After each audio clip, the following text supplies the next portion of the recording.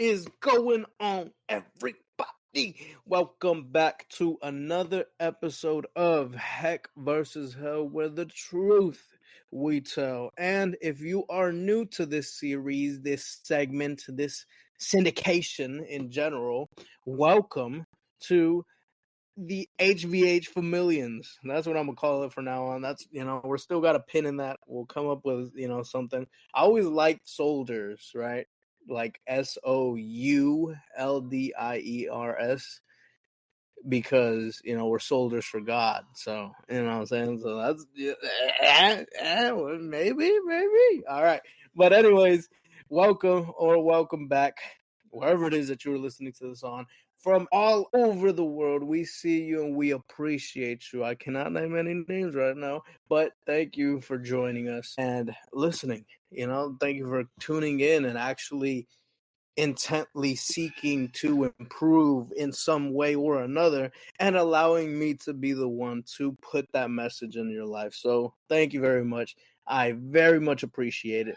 But without further ado, let's get into this episode. And this is actually one that I could have done this one a long time ago, because I've had my own journey with this. And, as you could tell from the title, is this. I don't even know what I'm calling it yet, but what I have written down on the notes is excessive commitment to mothers. And this one is more so targeted to males, because as males, we have a certain mannerism of growing up where we just have to be more committed to mothers. Now, this isn't, of course, every male. There's different parts of the world, different cultures where they don't have that same social upbringing. They don't have that same cultural background. They don't have the same implications. Okay, they might have something completely different. Cut off your parents completely. You don't know, right? We don't know. I don't know. I'm not familiar with it, but this is one that it's still going to have some jewels, because it doesn't just have to be mothers. It can also be different types of family members as well. But it has to do as well with marriage. So the unity and the beautiful communion of marriage that Christ has put upon us and gifted to us, right? It's such a beautiful thing. Respect it, love it. Awesome. All right.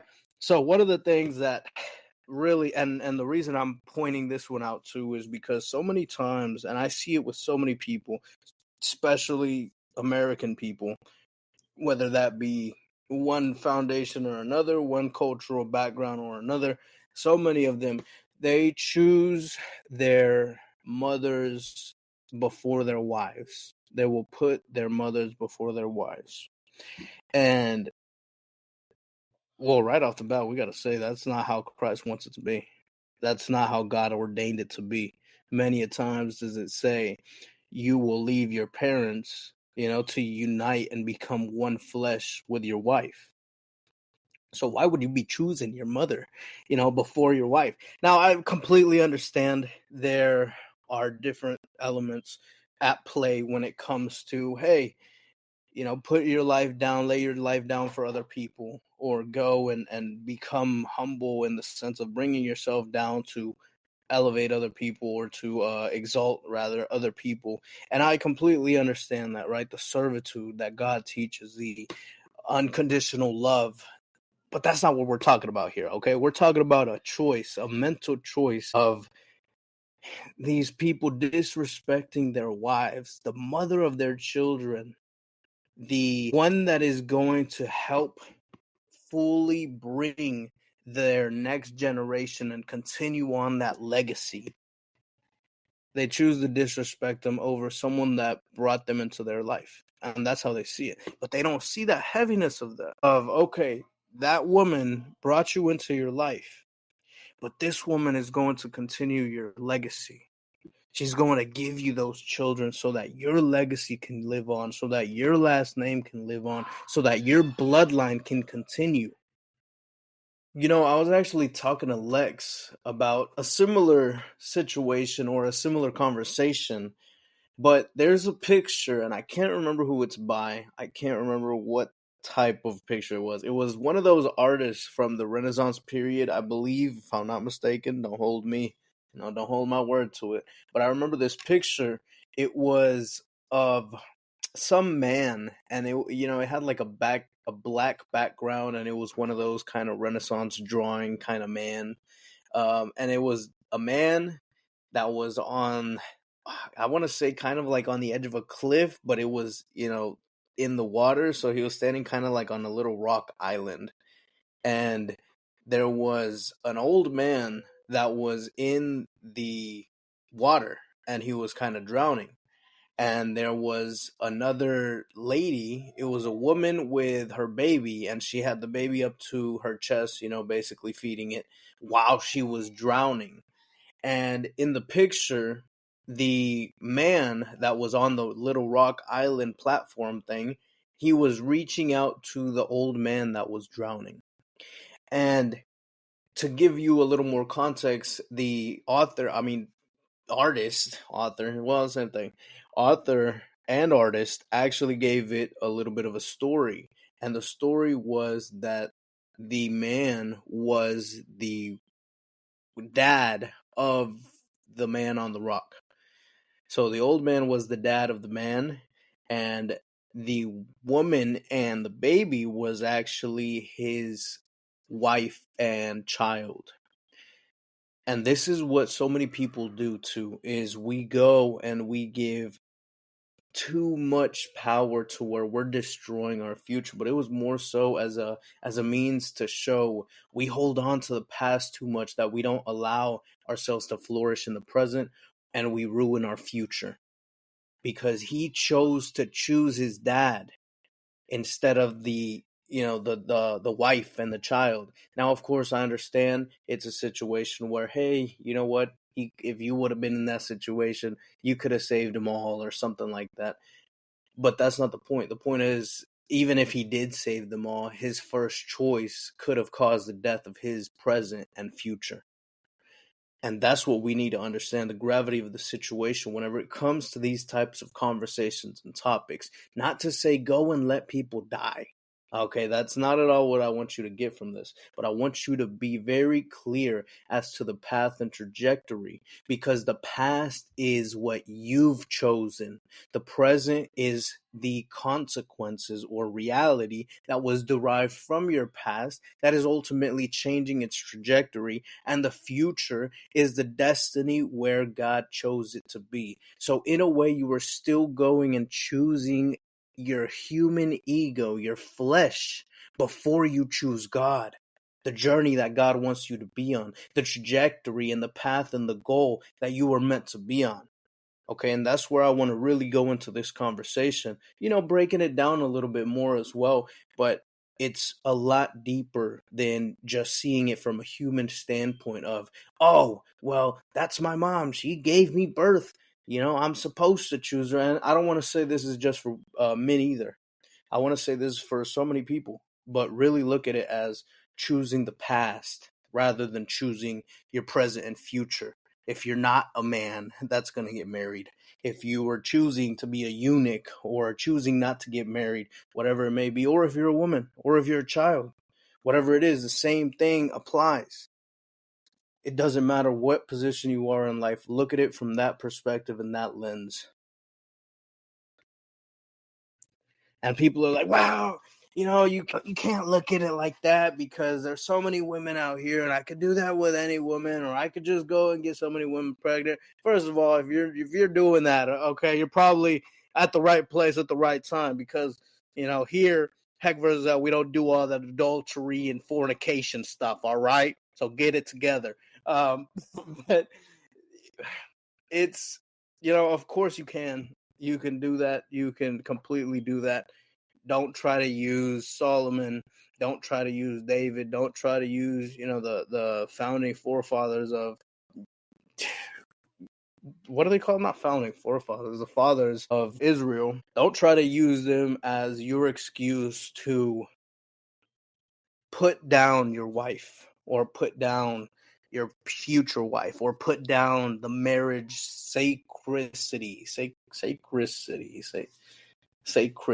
the sacredity of marriage, and don't put it down and don't downplay it because of other people's sins. of other people in the past. We have to understand that this is what had happened, that this is how God intended it to be.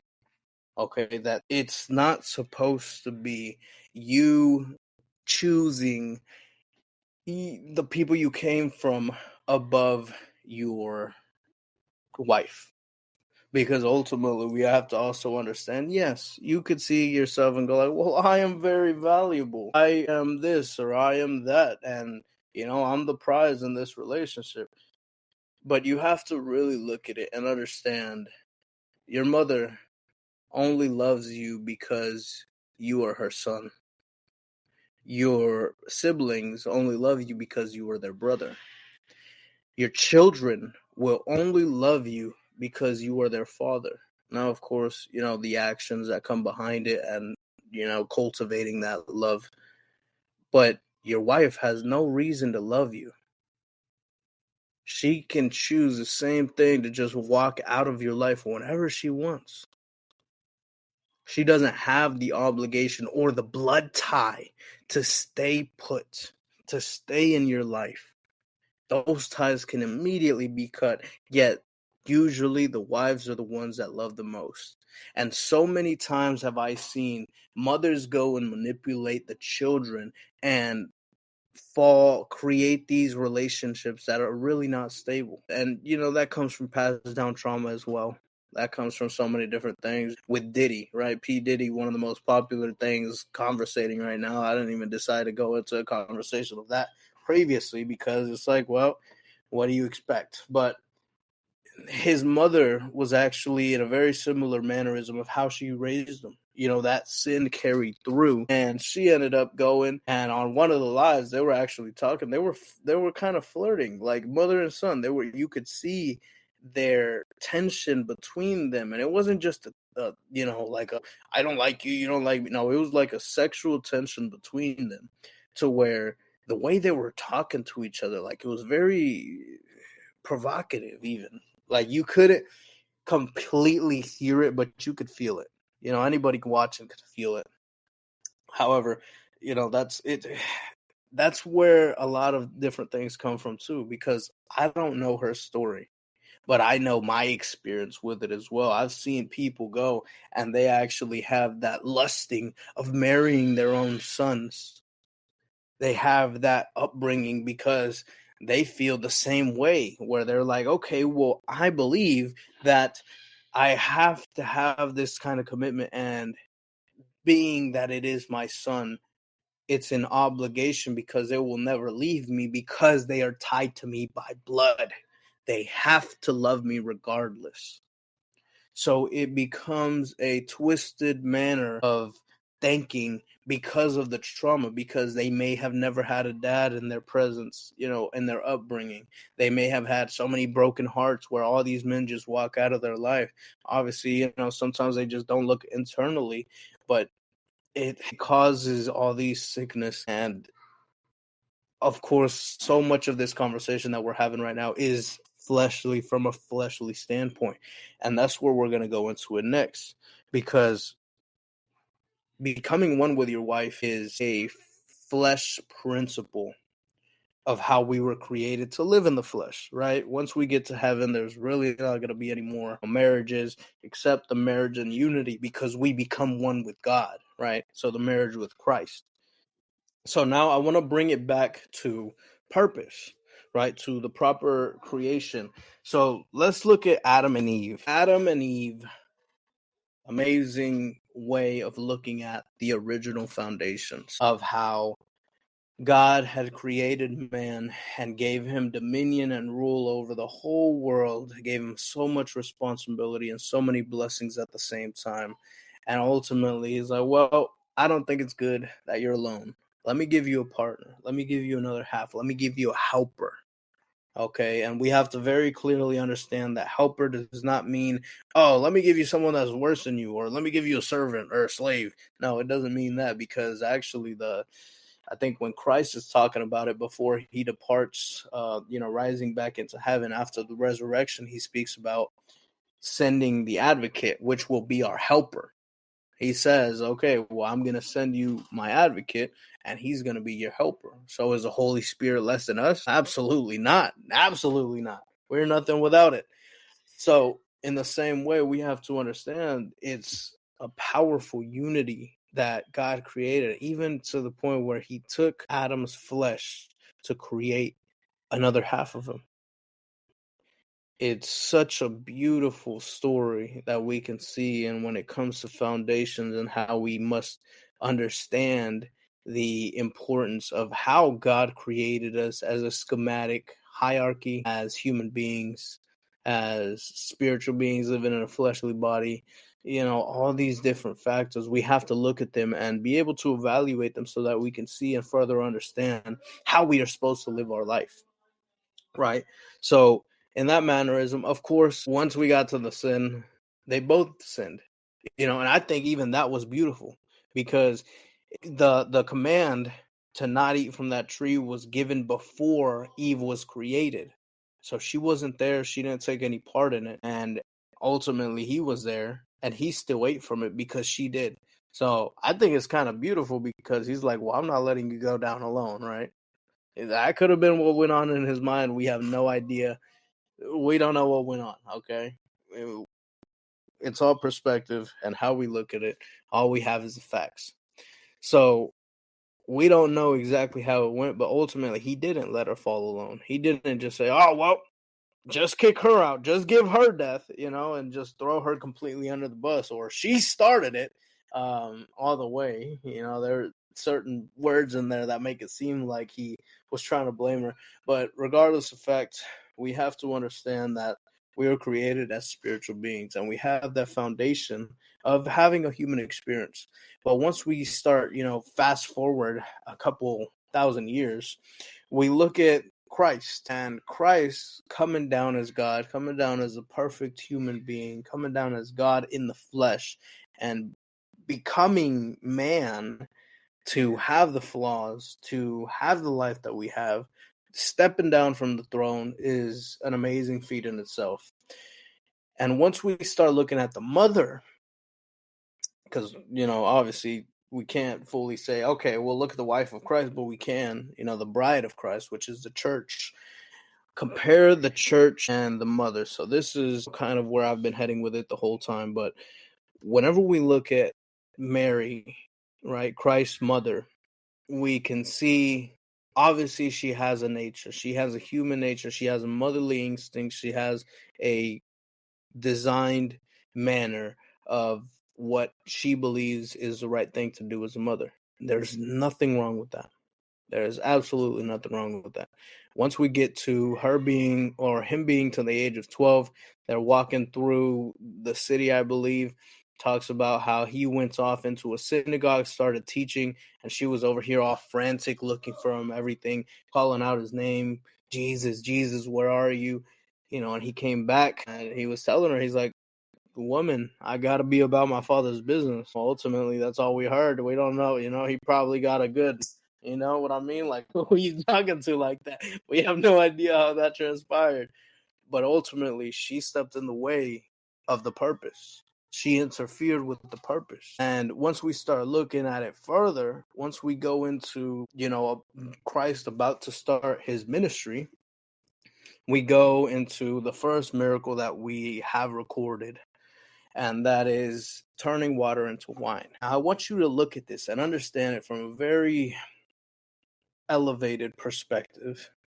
So play it out with me. We have Mary and Jesus that went to a wedding, and at that wedding, they ended up running out of wine. Maybe they couldn't afford it, whatever it may have been, ended up running out of wine. Now, of course, that's a beautiful celebration. That's a great thing. It's a unity, it's a union. It's awesome to have. And what ended up happening was Mary came to Jesus and said, well, Jesus, turn water into wine. I know you can do it. Go ahead and do it. And he was reluctant. He was like, well, I don't think this is the place or the time to do that. And she was like, nonsense. If not now, then when, right? So ultimately, Jesus went and he did it. He asked for, I want to say, 5 I forgot what they were called, not barrels, something. But he asked for 5 of them and fill them with water, turn it into wine.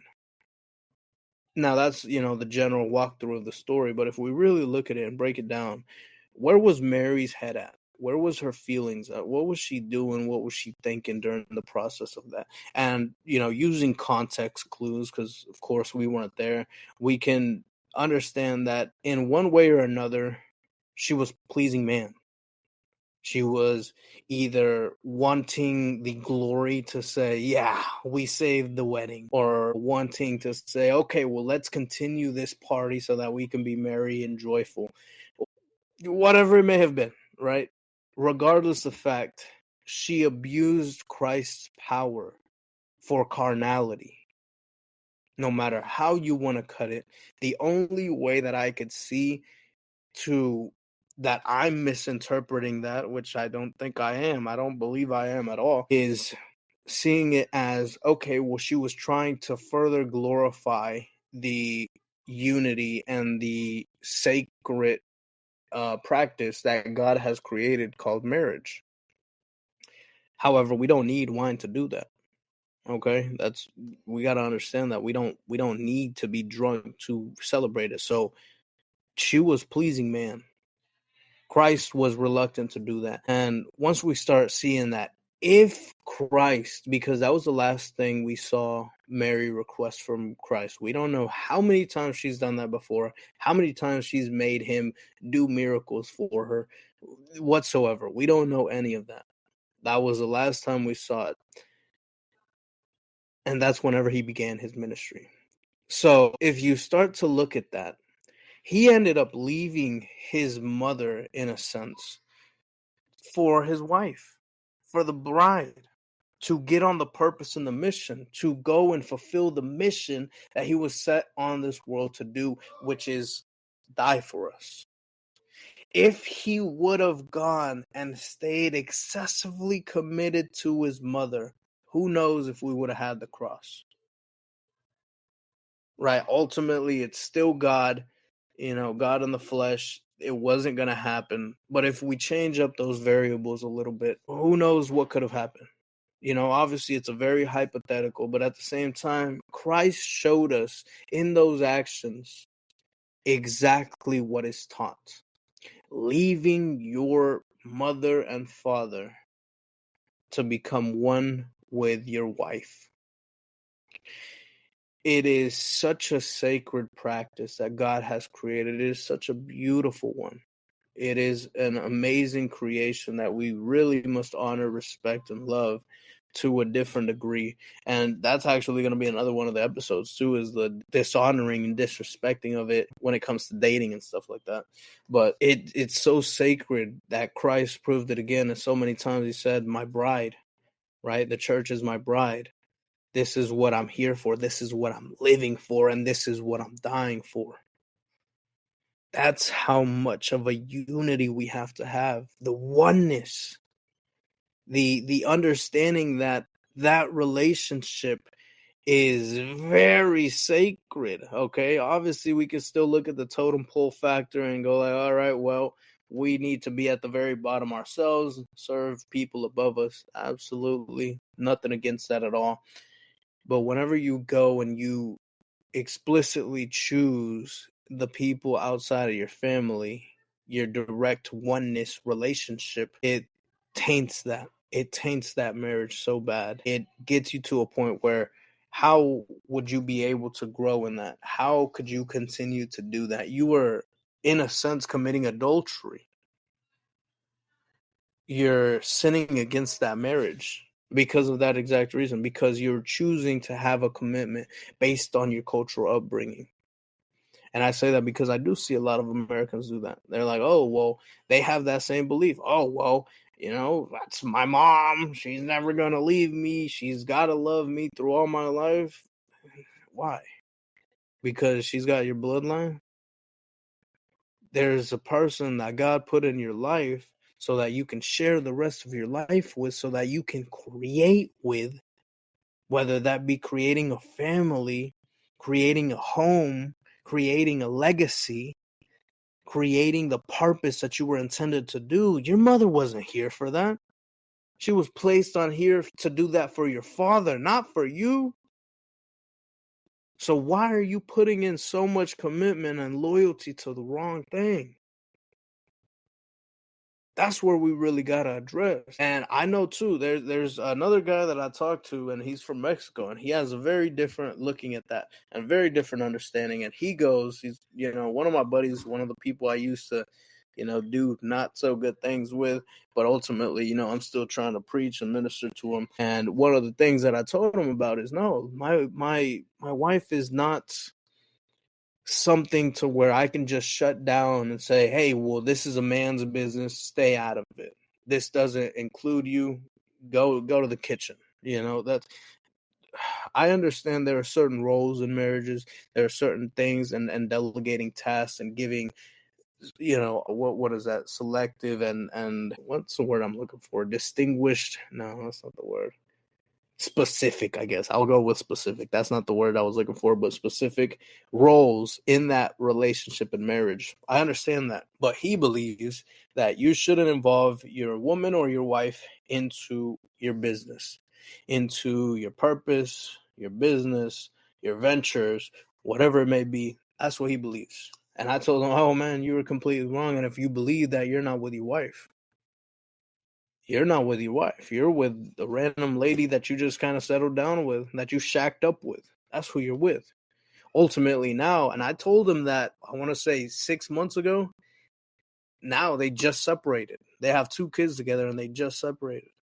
And I told him, I'm like, oh man, that's not what you're supposed to do. I'm like, how are you going to go to the point where you follow her faith of following that death, that saint of death, but you won't allow her to help you out in your business ventures? It's crazy to me. It's crazy the different types of beliefs, and that's why we have to really ultimately look at the foundation of truth, at the manual and creator of humans.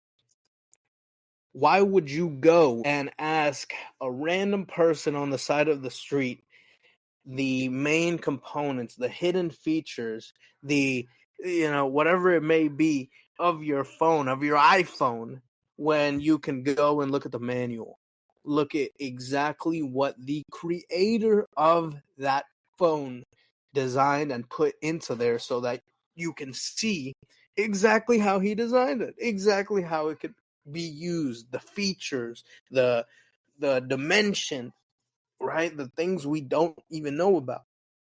Why would you go ask a random person on the side of the street? And that's what these people are doing whenever they go searching for different foundations.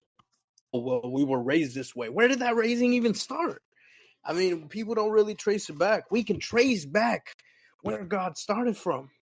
We can trace back those practices, those heavenly practices. The culture of the kingdom of heaven can be traced back, but can any other culture really be traced back?